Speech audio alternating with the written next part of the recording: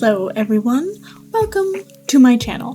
This channel will be about Raspberry talking about random life shenanigans or interesting topics that I feel the need to talk about. But I decided for my first video, we are going to go a bit personal, and we're going to talk about wacky job experiences I've had, and while I've only had about 3 jobs, I have some interesting stories to tell. But before I hop into that, let's go over what I am drawing in the background.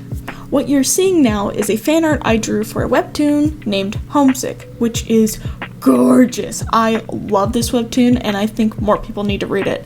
And even though this picture will never canonically happen, I can only dream that it will. But now that that's out of the way, let's dive into the first job I've ever had. The first job I ever held was being a front desk attendant at a local pool. This pool was a prime spot for teens to start working as it was directly next to our high school, which is pretty convenient if you ask me. The pay was also better than most places and the hours were incredibly flexible. So, as I had just hit my junior year, I decided it was time for me to join the workforce. Mostly so I could get goodies for myself and whew, boy did I do that. I've gotten better with spending, but working and being an artist, that money doesn't stay long, especially when you didn't have living expenses at the time. And while the first couple weeks of working there was fairly calm, I definitely had some interesting stories later on. And one thing I need to preface is when I started working at this pool was during a fun little time called the pandemic. And when you're working in the middle of a pandemic at a non-essential amenity, people don't understand that you have to follow regulations.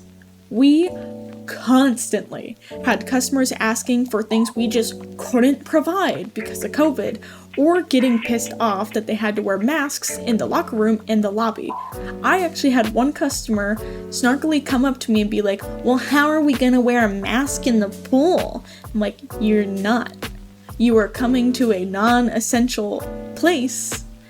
We don't have to be open right now, and you are risking yourself at getting COVID because you want to go swimming. Just put it on, and we'll work with it. And I actually had to get in between a coworker and a man because he was getting in her face about having to put on a mask. And that wasn't even the worst person I had to deal with at that job.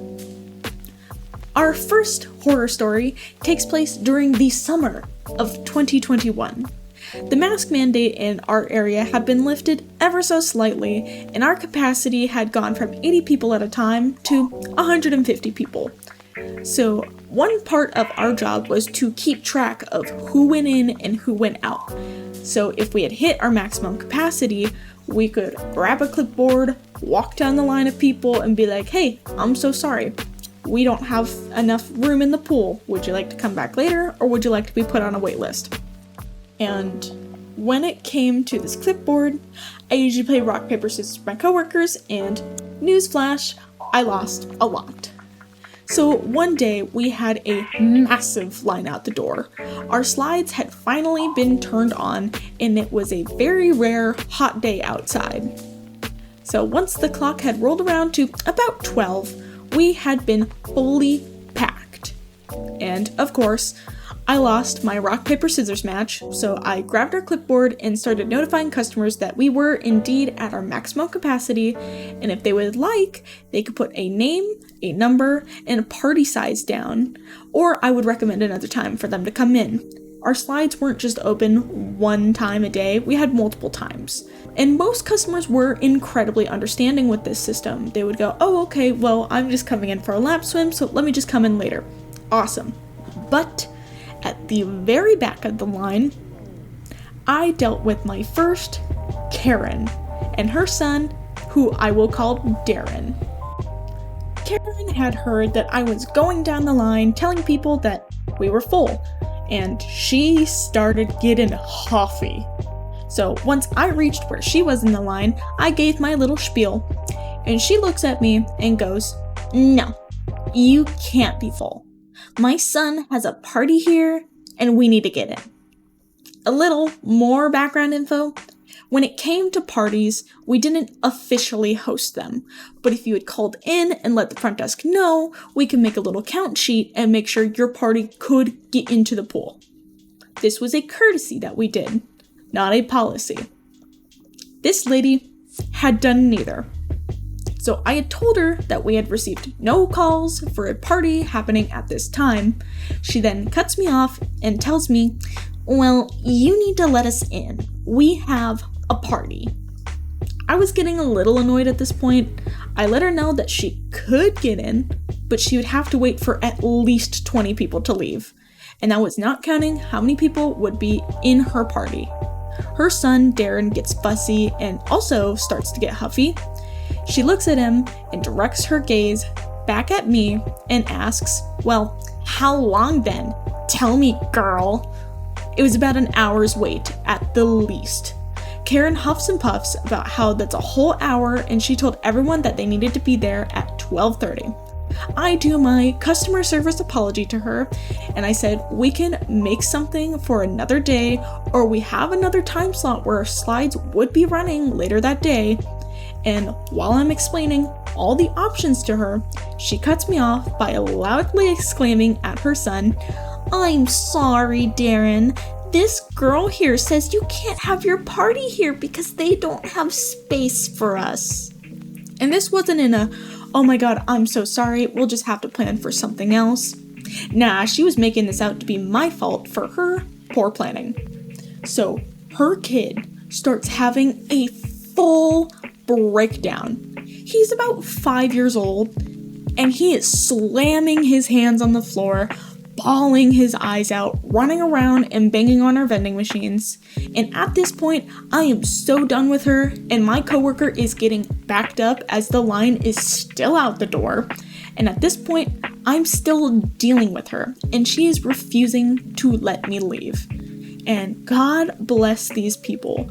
The people that were in front of her in the queue decided to bow out, leaving her only needing to wait for about approximately 4 people to leave. And since she was next in the queue, she would be able to get in.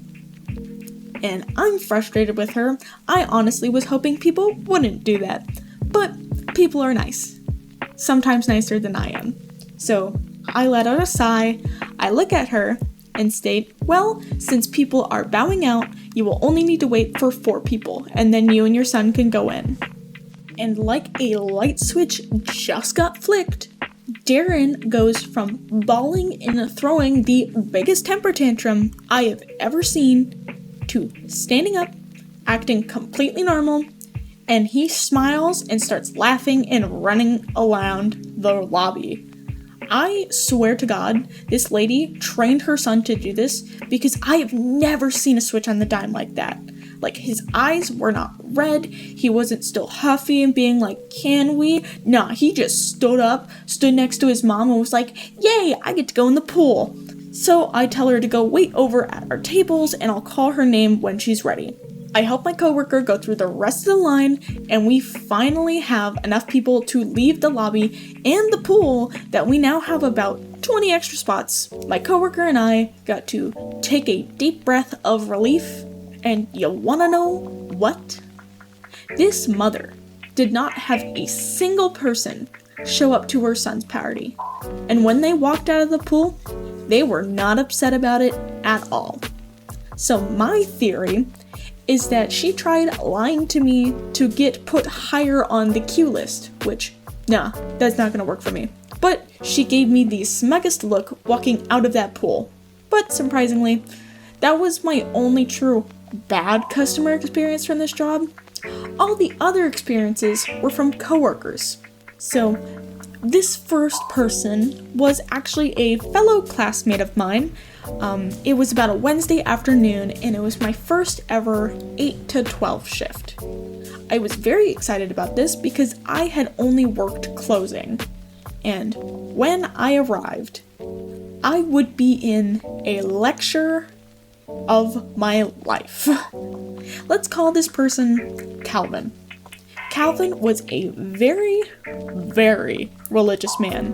He went to church every Sunday, and he was the person to give those little "Jesus loves you" pamphlets as tips.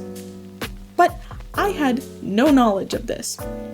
We made some small talk, general introductions and all, and not even 30 minutes into my shift, he looks at me while I'm doing my homework and asks, "Do you believe in Jesus?" This caught me incredibly off guard, and as I'm not one to be rude, at least intentionally, I thought, oh, maybe he's trying to find something in common. So I respond with a no, which he immediately intervenes with the rest of my statement and says, "Why?" And cue a whole hour of this man trying to debate religion with me. He would flip his Bible to quotes to rebut my half-ass attempt of getting him to shut up. And he did this through customer interactions as well. He would not greet customers or do any work. He just wanted to pick my brain and tell me how my beliefs are wrong and his were right. Customers would pass by and scan their passes in and just overhear this kid go, "So you believe in abortion? What about God's children?" in front of customers.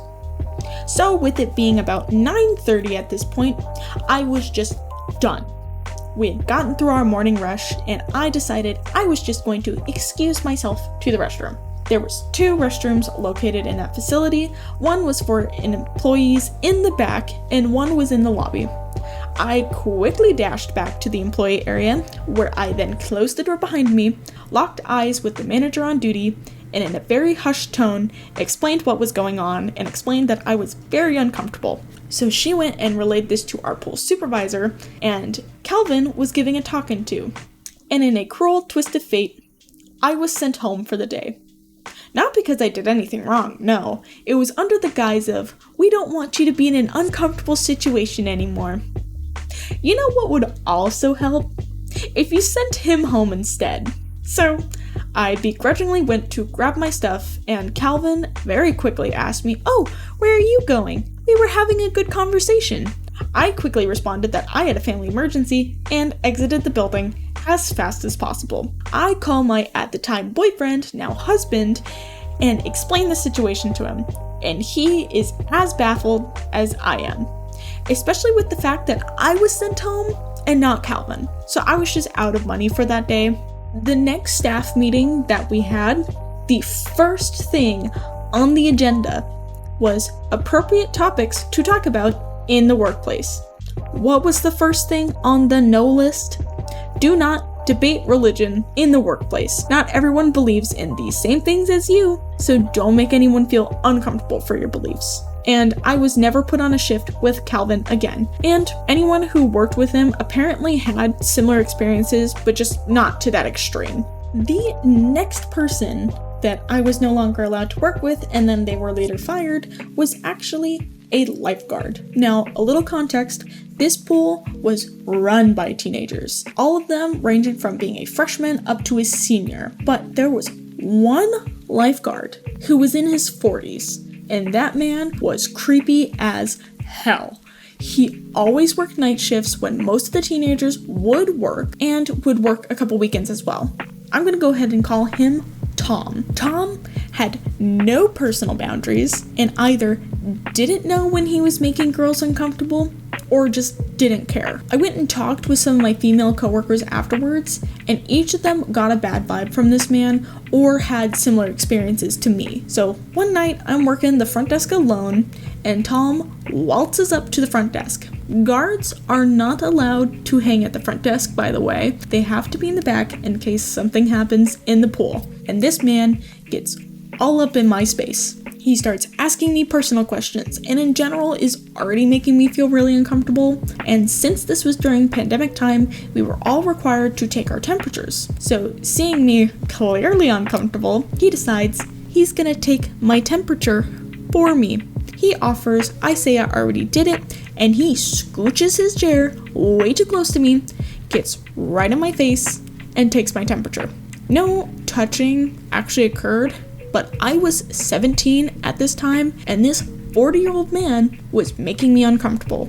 He then walks off as his 15-minute rotation had been up, and I immediately go get my supervisor and tell him what he did. This time, I didn't get sent home. But this would have been the one time I would have loved to be sent home. I was later brought in to a meeting with my supervisor, which I actually, for some reason, thought I was getting fired because I'd never been in a meeting just one-on-one with my supervisor before.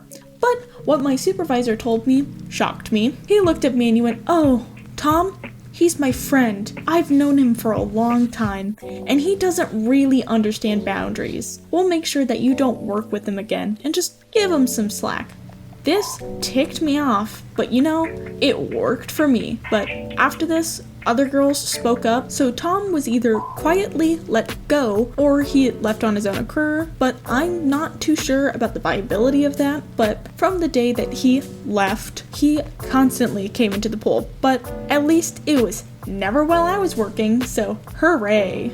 And we are concluding my pool stories, as I have saved the best for last, as this story took place over the span of about 3 months.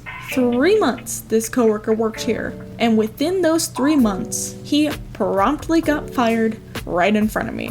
I'm going to call him Derek. Derek is this neckbeard incel man who thinks he is super tough, when in reality, a light breeze could have snapped him in two.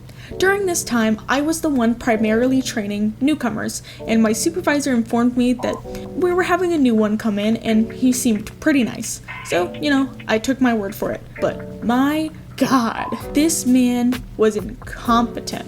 Normally during the first couple of shifts, you kind of are able to pick it up, and I know some people struggle, but oh my goodness, this man was something else. When it came for me to training people, my method was like a mother bird teaching their babies to fly. I chucked them into the deep end. Now obviously I helped them when they were stuck and I explained how the system worked, what needed to be done, but I always made sure they were the main ones working the system, and if some error came up, I would then step in to help them. Derek, within his first week, had basically flubbed everything. He could not speak in a clear tone to the point where I would have to actually step in and repeat what he said, which he would then cut me off and then repeat what he just said in the exact same tone. When he first did this, I was like, okay, he wants to do it himself. No, he would ask for help with something, and after I would do it, I would make him walk through it, and he could do it just fine. The second a customer walks up, he acts like he cannot do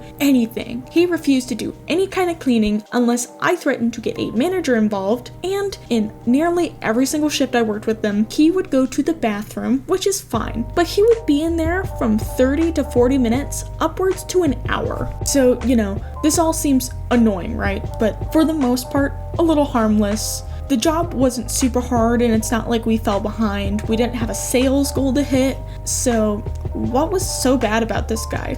He was sexist.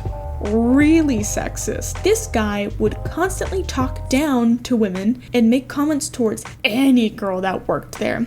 And there was one other dude who actually worked the front desk, and he was chill. So when I talked to him, apparently Derek, whenever he talks to a guy, all of his conversation would be like, "I'm so strong. Why don't girls acknowledge me?" And he apparently constantly kisses up to the supervisors, specifically the male supervisors. So this guy was already a character. The first red flag I noticed was when our female manager was fixing the speaker and was standing on a ladder. She was nervous that she would fall, and I told her I would catch her if she fell. She was only up like a step or two, so, wasn't that bad. And Derek looks at me and says, "Oh, you can't do that. You have to leave that to a man to do," while gesturing at himself. And the manager and I just looked at each other with the same what the fuck look on our faces. And, that should have been a red flag there, but I was just like, maybe he just doesn't pick up on social cues right. I was willing to give him the benefit of the doubt, but then he had other incidents. Some with me, some with other female coworkers, but those were small. His final incident made me lose it. So it's already a late night shift, and he had already pulled his usual crap throughout it. Whatever. That's the norm at this. After about an hour or two, we finally finally get customers coming through the door. I'm on the main register, he's on secondary. With each and every single customer that comes through, he says I'm doing everything wrong in front of him and tries to lead them over to his line because a man can do it better. A few customers went to him because, they were confused, and some stuck in my line as they were regulars and knew I knew what I was doing. After we got through that rush, he looks at me and says, "You should train more. You're making so many mistakes." Derek then gets up and proceeds to use the restroom for an ungodly amount of time again. And I've had it with this man. I march myself to the back, tell my supervisor what is going on, and that I am frustrated, especially because we have had incidents with Derek before, and he has now been in the bathroom for 30 minutes and has not come out. My supervisor takes a deep breath and sends me back to the front desk so there's someone up there. He told me to let him know when he comes back and he'll deal with him. After another 15 minutes, he comes waltzing out of the bathroom, acting all high and mighty. I sent a sneaky message to my supervisor saying that he is back. My supervisor steps out and goes, "Hey man, what you're doing here is not okay. You are being so rude to customers, to coworkers.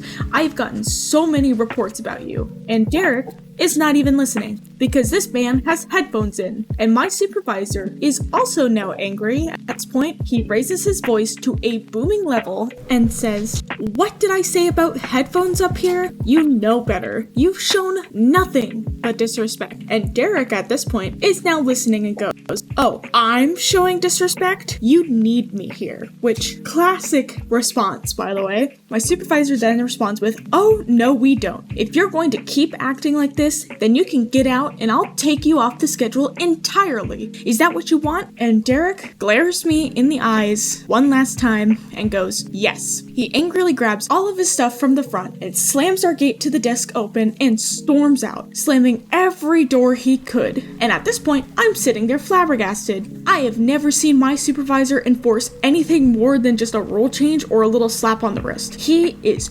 angry.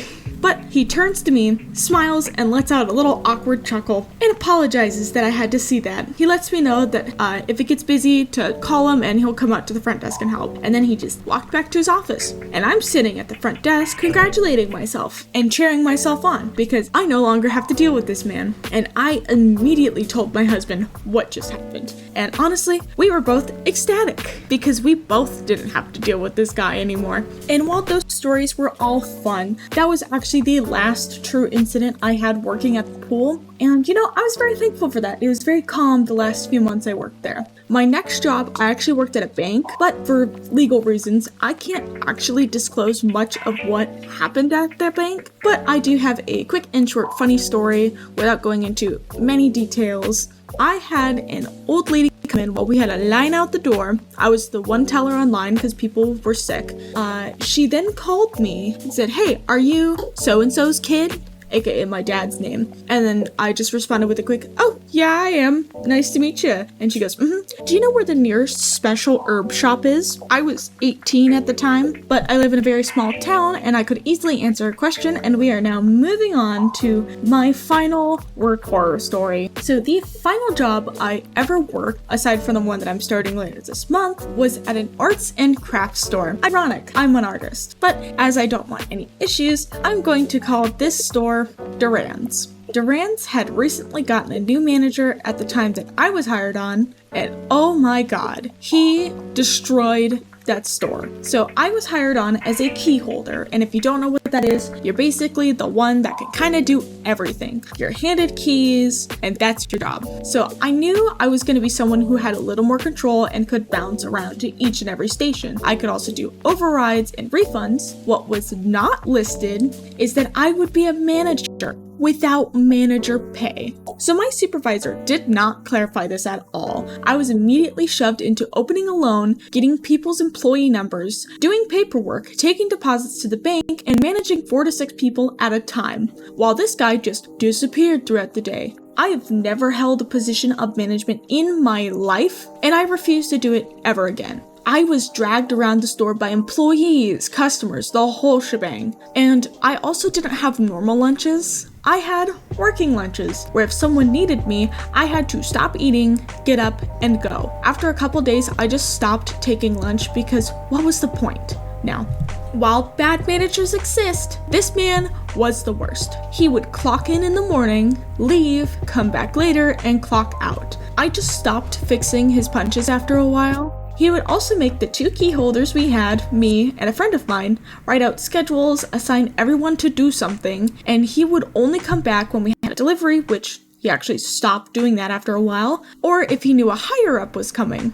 He would also take incredibly long lunches, like 4-hour lunches. We were only allowed 30-minute lunches. So what's up with that, you know? The worst thing, and I think it's actually illegal, I don't know, don't fact check me on that one, is he refused to hire anyone under 18 to work at the store, stating that they were lazy and unprofessional. The pay was either $12.50 an hour or $18 an hour, and Duran's hires people 16 and up, so he could never get anyone in the store to actually hire because he refused to hire anyone young. We had multiple 30+ people hired, and they all seemed dead inside.